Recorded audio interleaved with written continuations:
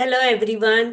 आता 10वी बोर्डच्या परीक्षेला खूप कमी टाइम राहिलेला आहे आणि आपण एज्युफेस ज्युनियर अकॅडमी बावधान पुणे घेऊन आलो आहे 10वीच्या बोर्ड एक्झामसाठी एक टेस्ट सिरीज. आता या टेस्ट सिरीज मध्ये काय वेगळं आहे ते पहिले आपण बघूया की जे 10th बोर्डसाठी आहे त्यांच्यासाठी जर्मन, अल्जेब्रा आणि जॉमेट्री याचे तुम्हाला पाच पाच ईच सब्जेक्ट तुम्हाला पेपर्स मिळतील.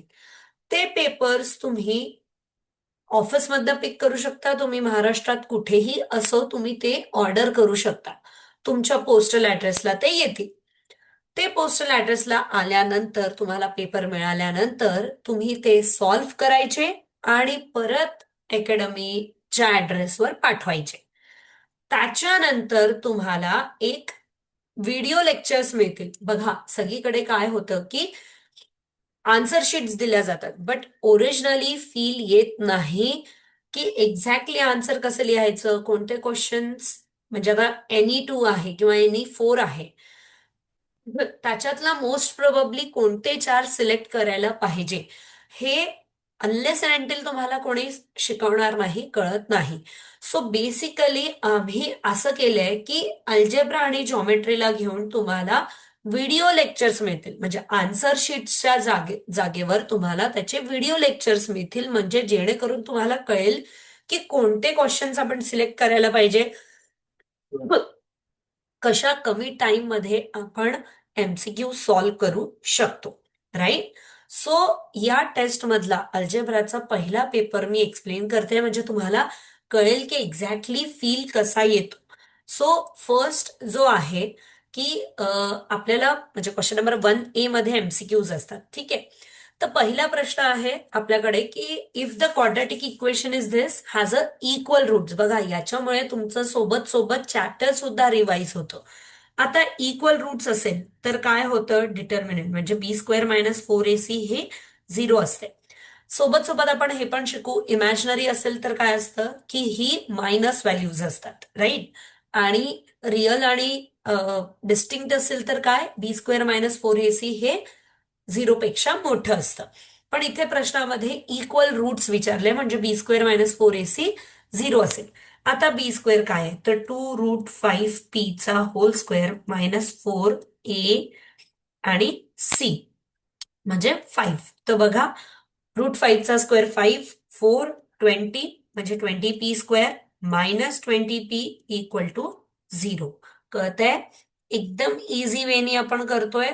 याचा अर्थ काय झाला, P ची व्हॅल्यू तुमची 1 किंवा -1 असू शकतं. So the answer is A. ठीक आहे. If the sum of the first n term is given, what is the first term. आता बघा, या फर्स्ट n टर्मची आहे, सम दिलेली आहे, तरीही तुम्हाला जर का 1 याच्यात टाकलं तर फर्स्ट टर्मची सम किती येणार आहे, 4 - 1 दॅट इज 3. आता बघा, हा तर प्रश्न असा झाला, पण याच्या जागेवर जर का सेकंड टर्म असेल, what will be the second term. आता बघा, हा समचा प्रॉब्लेम, समचा इक्वेशन आहे. तुम्ही जर का 2 टाकलं तर 8 - 4 दॅट इज 4 आन्सर येईल, but it is the sum of the term, sum of the दोन term. So first term is 3, second टर्मची सम 4 आहे, म्हणजे सेकंड टर्म ही 1 होईल.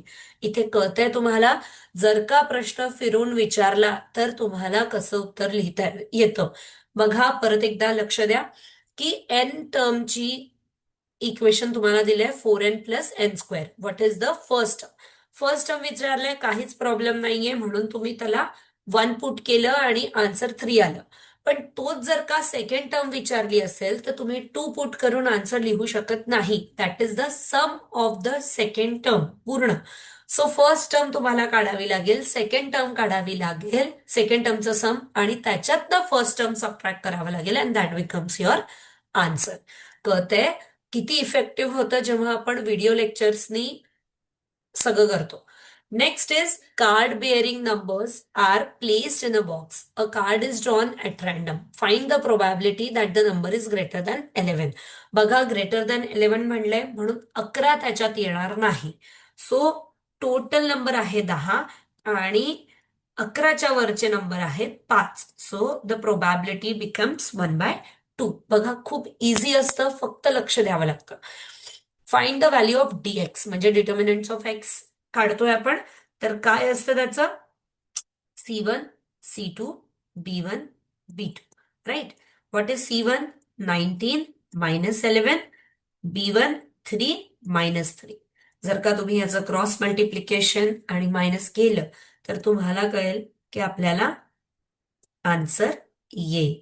राईट. क्लिअर आहे? क्लिअर आहे? पक्का? चल.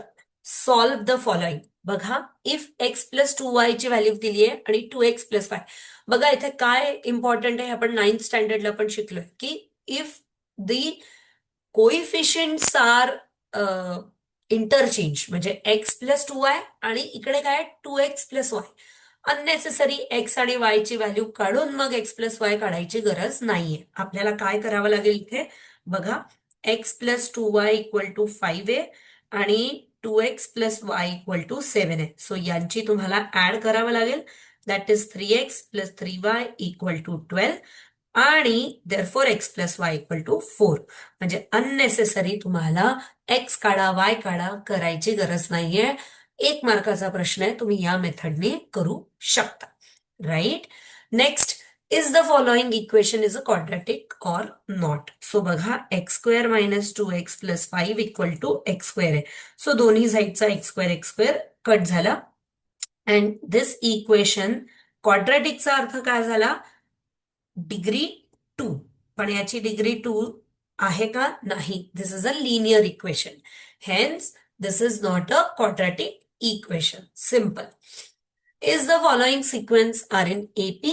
And if they are in AP, the find the common difference. बघा, कोणतीही सिक्वेन्स एपी मध्ये आहे की नाही ही कशावरून ठरवली जाते?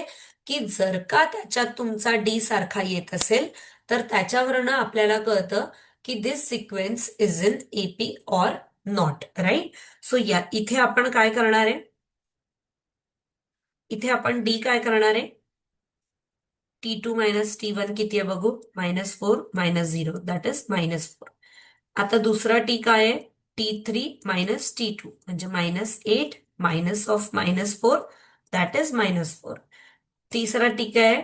T4 - T3 which is equal to -12 -8. म्हणजे बघा, इथे आपल्याला सगळीकडे डी जो आहे तो सारखा येतोय and that is -4. Hence yes the sequence is in AP आणि कॉमन डिफरन्स इज -4. बघा, खूप इझी सम्स असतात. अननेसेसरी त्याला किचकट करायची गरज नाहीये. If the mean of the frequency distribution is 8.1 and the summation of FI XI is 132 plus FI.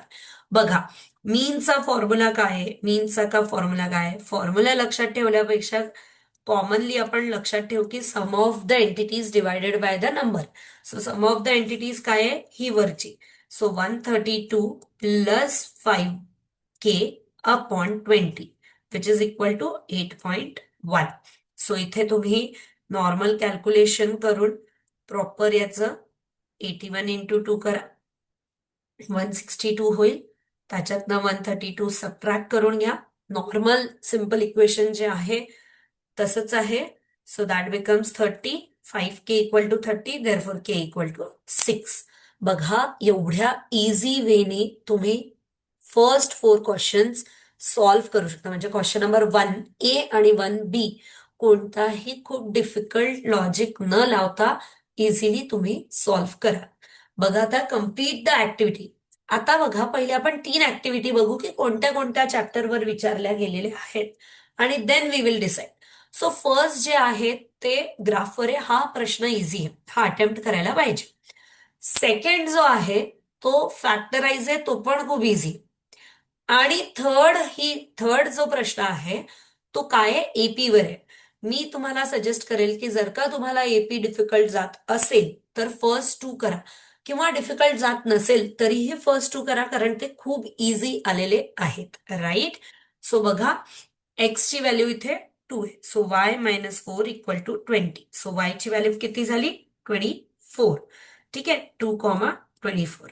म्हणजे इथे तुम्हाला फक्त व्हॅल्यू पुटअप करायचे आहेत आणि त्याच्यावरनं आन्सर काढून तुम्हाला फिल इन द ब्लँक्स करायचे. म्हणजे इथे चुकण्याच्या चान्सेस कमी असतात. एपी मध्ये एखादी टर्म चुकली किंवा काही फॉर्म्युला चुकला तर तिथे त्रास जाऊ शकतो. Hence I will prefer to go for the question number 2A, 1 and 2, कारण त्याच्यात चुका होण्याच्या कमतरता कमी आहेत. Next x² plus 8x minus 48, म्हणजे 48 चे मला असे फॅक्टर्स पाहिजे त्याच्यातही 4 लिहिले आहे. तो 48 चे 4 आणि 12 हे दोन फॅक्टर झाले. मायनस मध्ये पाहिजे आणि आन्सर प्लस मध्ये पाहिजे, म्हणून हा मायनस होईल. सो -4x लिहिलंय. इथे फक्त तुम्हाला 12 लिहायचंय. याच्यापेक्षाही इझी जर का तुम्ही खालच्या स्टेप मध्ये बघाल तर ती टर्म केलेलीच असते. सो x-4, सो x ची व्हॅल्यू 4 किंवा x ची value -12. So this is an very easy question. कळतंय तुम्हाला की क्वेश्चन नंबर 2A1 मध्ये का बरं मी 1 आणि 2 अटेम्प्ट करा असं म्हणलं, because it is comparatively easy than the third one. बघा आता थर्ड काय, find the sum of natural numbers between 1 and 140 which are divisible by 4. तो पहिला नॅचरल नंबर जो डिव्हिजिबल बाय 4 आहे तो 4 असतो. ठीक आहे. आणि 140 ला डिवाइड होतं का हे बघा. पण आपल्याला 140 एंडिंगच्या 2 नंबरला जातं म्हणजे पूर्ण नंबरला जातं. पण आपल्याला इन बिटवीन 1 to 140 पाहिजे, म्हणजे शेवटचा नंबर बिकम्स द 136. राईट. याच्यावरनं तुम्हाला काय करायचंय, पहिले तुम्हाला जेव्हा समचा फॉर्म्युला वापरायचा आहे मला, SN=n/2 plus 2 either first term plus last term करा. ठीक आहे. So you know the first term is 4, you know the last term is 136, but you don't know what is n. म्हणजे टोटल नंबर ऑफ एंटिटीज किती हे माहिती नाहीये. So काय करा, पहिले एनच्या फॉर्म्युल्यानी म्हणजे टीएनच्या फॉर्म्युल्यानी तुम्ही एन फाइंड करा आणि तो एन मग या सम वाल्या फॉर्म्युल्यामध्ये टाका. तुम्हाला इझिली आन्सर्स येतील. आता कळलंय की तुम्हाला कशा प्रकारे व्हिडिओ लेक्चर्स मिळतील. का आपण हा इफेक्टिव्ह मेथड सांगतोय, कारण की याच्यात मी तुम्हाला एक्सप्लेन करू शकेल की कोणत्या चुका करायला नाही पाहिजे, कोणते क्वेश्चन्स अटेम्प्ट करा पहिले, कशा प्रकारे लिहायचा आहे पेपर, ते सगळं डिटेल या व्हिडिओ लेक्चर्स मध्ये तुम्हाला as a form of answer sheet मिळेल. सो जर का तुम्हाला टेस्ट पेपर्स ऑर्डर करायचे असेल तर खाली दिलेल्या डिस्क्रिप्शन लिंकमध्ये सगळ्या काही डिटेल्स दिलेले आहेत. फोन नंबरवर तुम्ही फोन करून सुद्धा विचारू शकता की कशा प्रकारे हे वर्कआउट होते. Thank you.